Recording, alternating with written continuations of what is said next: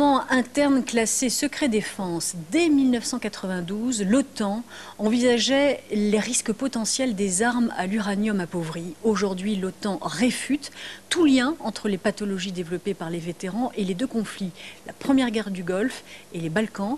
Pascal Justice et Sonia Bouketto se sont procurés ce document inquiétant. En manifestant avant-hier devant l'Assemblée nationale, ces vétérans de la première guerre du Golfe et des Balkans demandaient toujours la même chose, la reconnaissance par les autorités des maladies qu'ils ont développées à leur retour de guerre, parfois des années après. Mais les autorités françaises et l'OTAN réfutent les liens entre leurs pathologies et les armes à uranium appauvri utilisées sur les théâtres d'opération. Pas de lien, et pourtant un document de l'OTAN explicite les risques. Un document interne et donc secret sur lequel s'appuie l'association de victimes Avigolf. Et ce qu'on apprend à l'intérieur de ce document, c'est que si on inhale des particules en uranium qui ont été tirées sur le champ de bataille, on peut attraper un cancer 10 ans, voire 30 ans plus tard.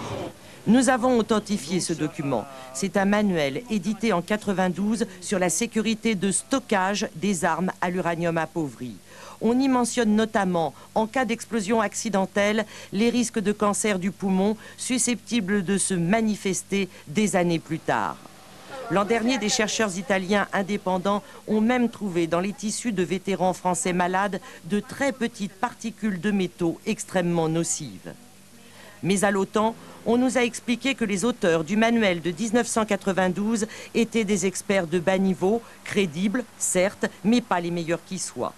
Ce document ne peut donc pas refléter la position officielle de l'organisation internationale qui compte dans ses rangs des pays comme la France, refusant d'indemniser les vétérans malades.